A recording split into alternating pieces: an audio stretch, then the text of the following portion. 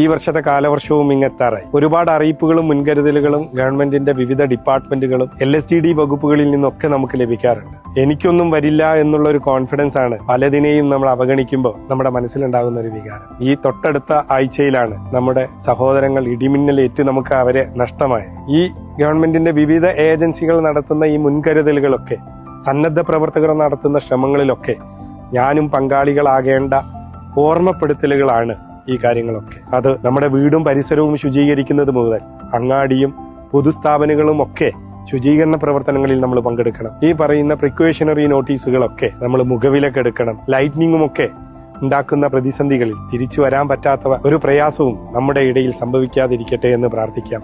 അതിനുവേണ്ടി എല്ലാവരും ഒരുമിച്ച് പ്രവർത്തിക്കാൻ ഈ വർഷകാലത്ത്, പ്രത്യേകിച്ച് ഈ മാസങ്ങളിൽ നമ്മൾ ജാഗ്രത കാണിക്കാനാണ് ഞാൻ ഈ അവസരം നിങ്ങളെ ഓർമ്മപ്പെടുത്തുന്നത്. നമുക്ക് പ്രയാസങ്ങളൊന്നുമില്ലാത്ത ഒരു വർഷക്കാലം കൂടി കടന്നു പോകണം. അതിനുവേണ്ടി നമ്മളെല്ലാവരും ഒരുമിച്ച് തന്നെ പ്രവർത്തിക്കണം.